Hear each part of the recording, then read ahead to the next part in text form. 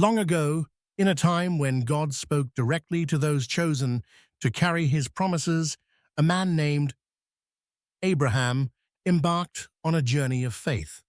God called him to leave his homeland, Ur of the Chaldeans, and promised him that he would become the father of a great nation. Though Abraham's faith was strong, life began to test his patience.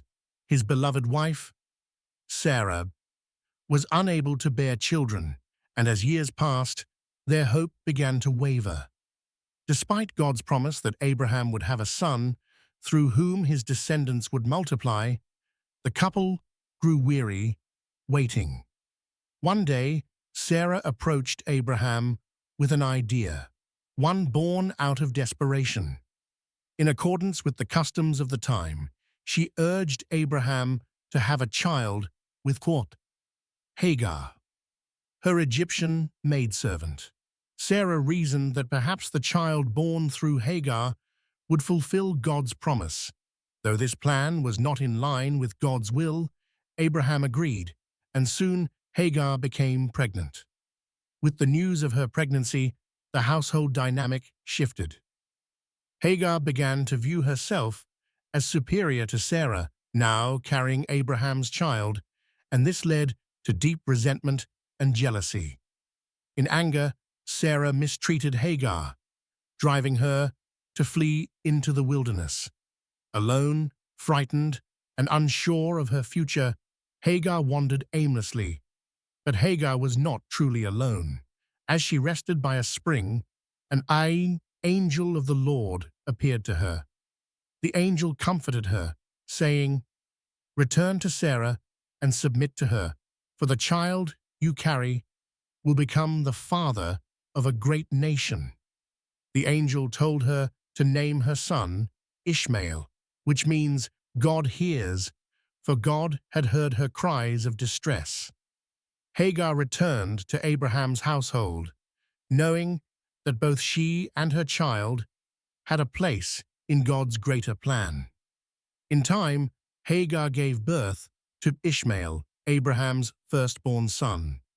Though Ishmael brought joy to Hagar, his presence in the household only deepened the tension between her and Sarah. Sarah's resentment grew as Ishmael became a daily reminder of her inability to bear children. Years later, God fulfilled his promise to Abraham and Sarah, and they welcomed a son named Isaac. His birth marked the fulfillment of God's covenant with Abraham, but it also reignited old conflicts. During a feast celebrating Isaac's weaning, Sarah noticed Ishmael mocking her son. Overcome with fear that Ishmael might challenge Isaac's inheritance, Sarah demanded that Abraham send Hagar and Ishmael away. Abraham was torn. Ishmael was his son, and the thought of parting with him filled him with sorrow. Yet God reassured Abraham, saying, "Do not be distressed. It is through Isaac that your descendants will be counted, but I will also make Ishmael into a great nation, because he is your son." Trusting in God's promise, Abraham gave Hagar some bread and water and sent her and Ishmael into the wilderness.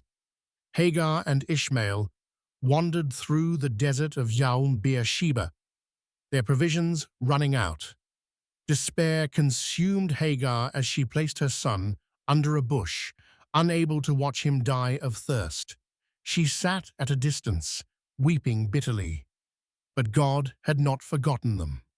The angel of the Lord called out from heaven, "Do not be afraid, Hagar. God has heard the boy's cries. Lift him up, for I will make him into a great nation." In that moment, God opened Hagar's eyes, and she saw a well of water nearby.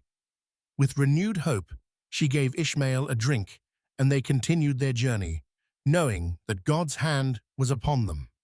As Ishmael grew, he thrived in the wilderness, becoming a skilled archer.